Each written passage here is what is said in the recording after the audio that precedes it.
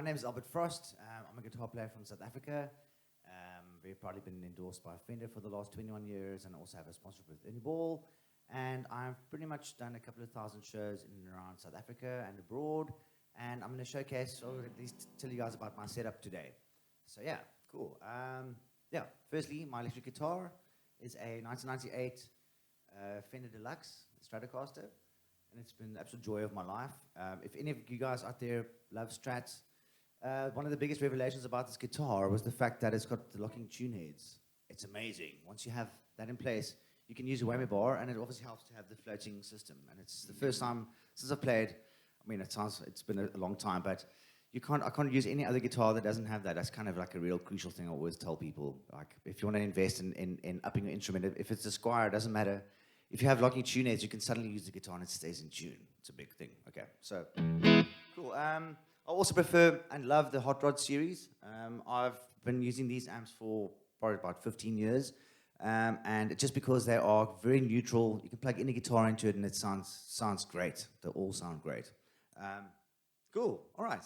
So I'm going to take you through my pedal board at the moment. I was just saying to CJ over here that I've kind of scaled down my setup. It doesn't really look like it, but yeah, there's a box over there with 40 other pedals in. Just kidding. Cool. So the straightforward.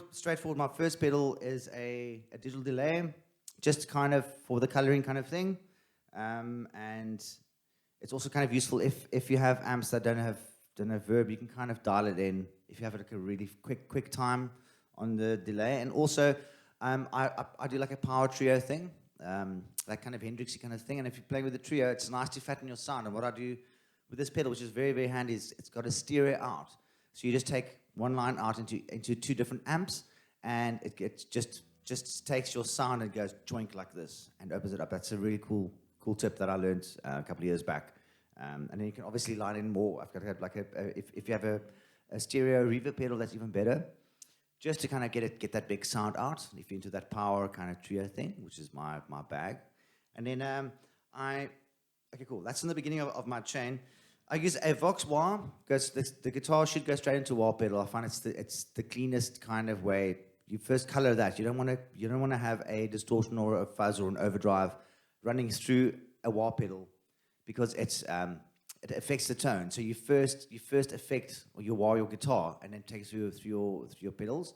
I've probably gone through about 5 to 10 crybabies. The Jim Dunlop crybabies is obviously you have the first proper go-to kind of decent wah pedal, and then many years back I changed to the Vox Wahs, and I just find that they are kind of like they're a bit sweeter and have a cleaner kind of response for me. I really love them. All right. For the last couple of years, I've been using this T-Rex Mudhoney 2, which is the dual distortion, which is amazeballs because you have two settings here. So you can go on a normal setting, you can get a kind of a crunchy tone. So if I have a clean sound at the moment, and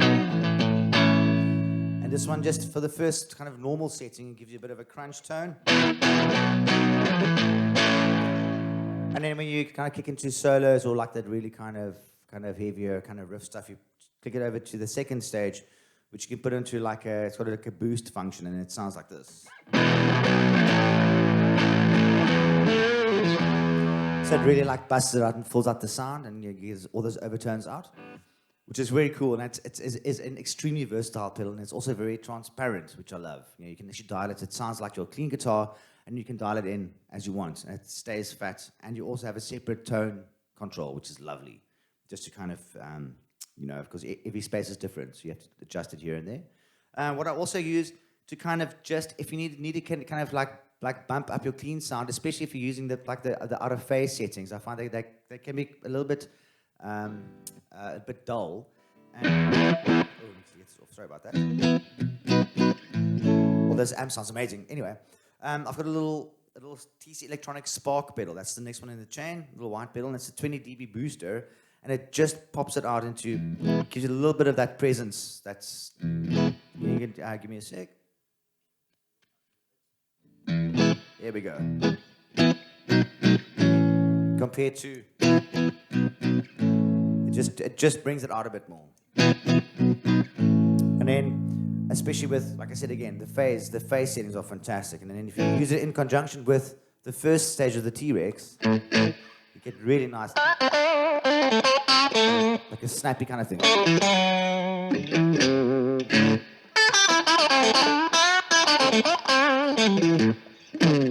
Yeah, so that's kind of my like basic kind of overdrive setup. I also believe, and I'm an old school player. Not old school. I like the kind of the the old technology where I find that, you know, if you use those multi-effects units, you know, you can take your time and get a tone out of it, but it's really kind of, you have to really dial it in, and I can always hear that digital kind of thing. That's why I love just straightforward Duncan analog pedals. It's the most natural way to color your sound. Right. Another very handy tool that I've got is the Seymour Duncan shapeshifter, which is probably the most neutral and natural sounding, sort of a tremolo. It's a tremolo, and it's really cool. You can change the shape of where the dot comes. So if it's kind of in the beginning of the phrase, whereas if I set it to this, it delays it a bit. So it goes a bit to the back of the note, which is kind of cool. And the best part about this pedal is that you can tap tempo it, which is very, very handy for live stuff. So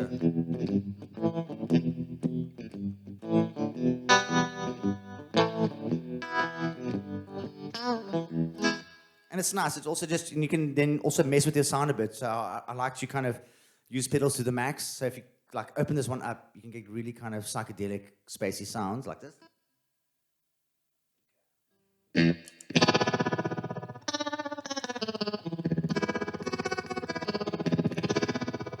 might sound weird, but also one of the things that I always tell people when I do kind of workshops is that you mustn't forget that an effect is it's literally an effect.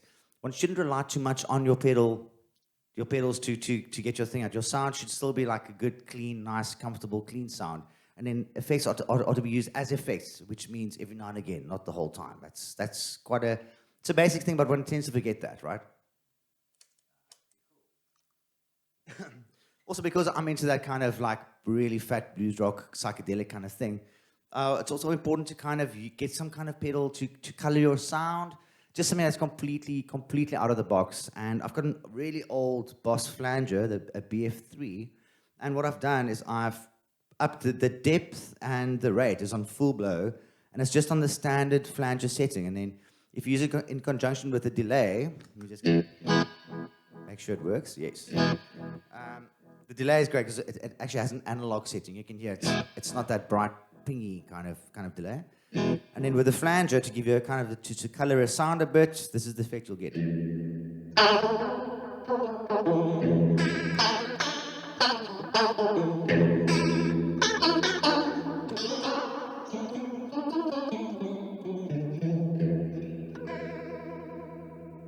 So that little bit of oddness, I think, it's a healthy thing to have in your pedal. One of the other pedals I checked out recently, which blew my mind, is the pitch shifter. So you do like an octave thing, and you get Jack White uses it quite a bit from the White Stripes, and it's just a nice, just to take it out of that kind of traditional sound. It's good to have something to color your system with, So cool. That's pretty much my electric line. It took a while to get to my basic kind of setup, but that is kind of like this. This is my go-to. I can pretty much do anything with the setup that I need. Yeah. So in the front, you guys can see is the two pedals over here, and this is the sole two pedals I use on my acoustic line. I'm also known for doing lots of solo stuff. I do like a loop show, like a looping kind of set. So I have a Ditto looper as my go-to looper, and as you can see, it's the small one because I come from a kind of a blues background, and it's a very simplified style of playing. I just have the one pedal, and that's very, very straightforward. I'll show you guys how this works. Also, yeah, my Martin go-to guitar. This is if I get the name right, DC16RE Aura, which is a beautiful instrument. People often tell me if you could take one guitar with you, which one would it be? And of all the guitars, this is the one. Okay, it's good. It's definitely worthwhile investing in a decent acoustic. It never gets old. All right, so I get a turn up here.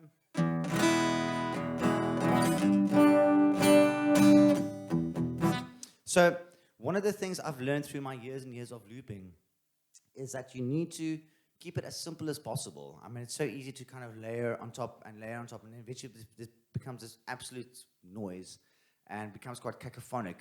And you want to rather, you know, I believe you need to be creative within yourself. So this is an absolute tool for me to be able to lay down kind of like a pseudo rhythm track. So I can put my acoustic guitar down and then pick up the electric guitar and then vamp over that, which is amazing because it's kind of like, it just fills out your sound. So I always, my rule is no more than 2 layers.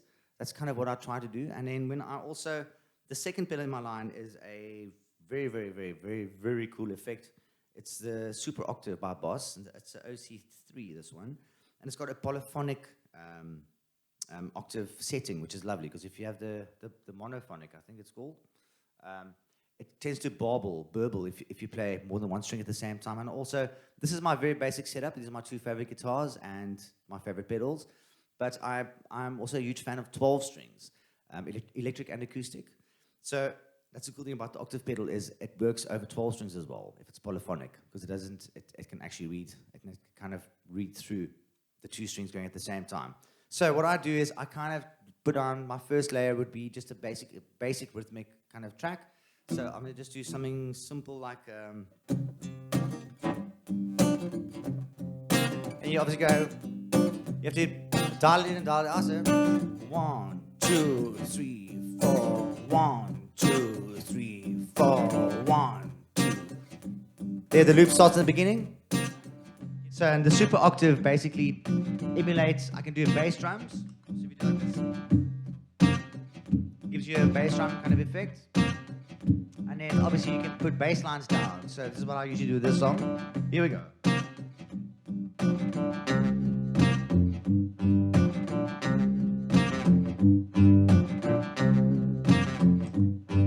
And there you go. You've got your basic rhythmic track. So now it's open for you to just do whatever you want.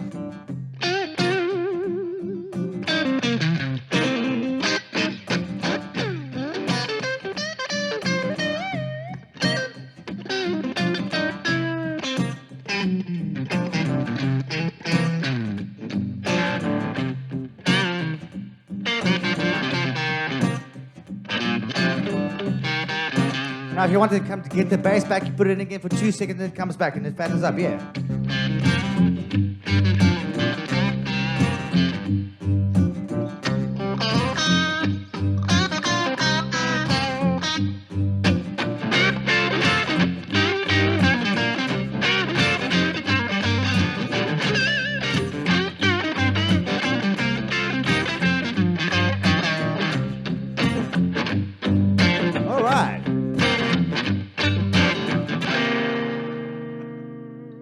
That's my basic rundown of what I can do and what you can do with the loop station. I hope this has been very, very helpful for you.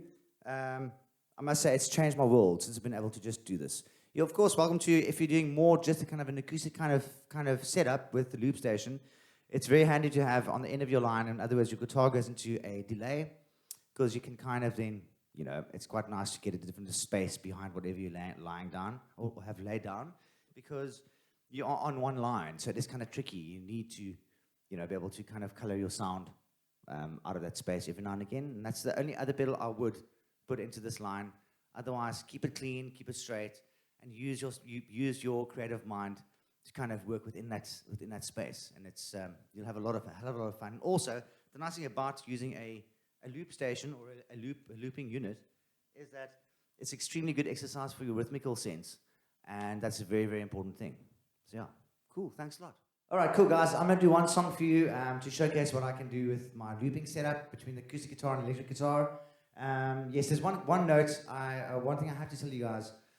Please take note that if you're using a capo, it's so important to tune it once you put it on. People do this, I see it live all the time and it freaks me out, because as soon as you put the capo on, it's like a 99% guarantee your guitar will be sharp. So take your time, you'll check. When I change to the electric guitar, it's gonna take me like a couple of seconds just to retune, just to make sure it's in, because it's, and it's kind of, you know, I know it seems obvious, but a lot of people miss that. Cool.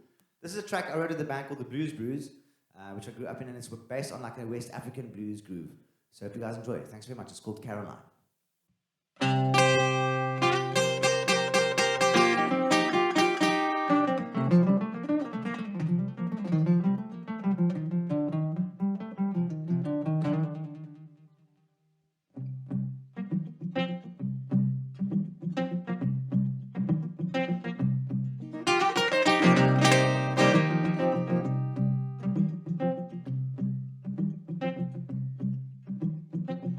Sweep away the fallen leaves, let the morning songbird grieve. Caroline is gone for good, and if I'd only known, I would have given everything I have just to see her standing there. But she sailed away. When I took the army life, I made my lover a soldier's wife, and every man that stood the line knew I loved my Caroline. 17 is all I was, sent to fight in foreign wars, and we sailed away. Caroline,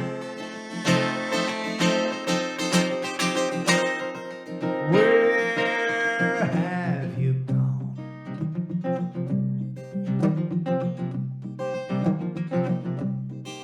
Caroline, yeah, where have you gone?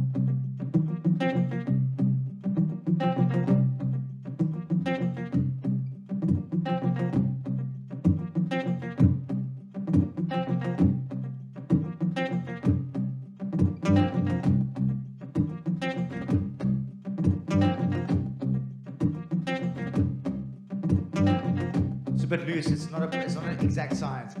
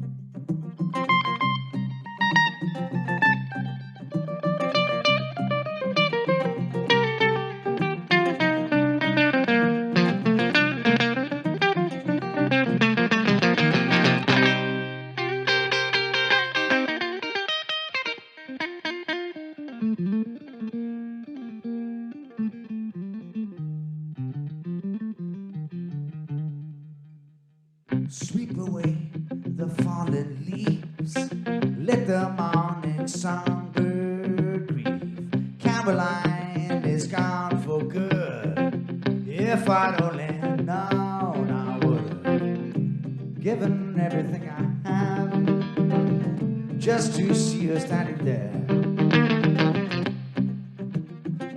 But she sailed away. Caroline,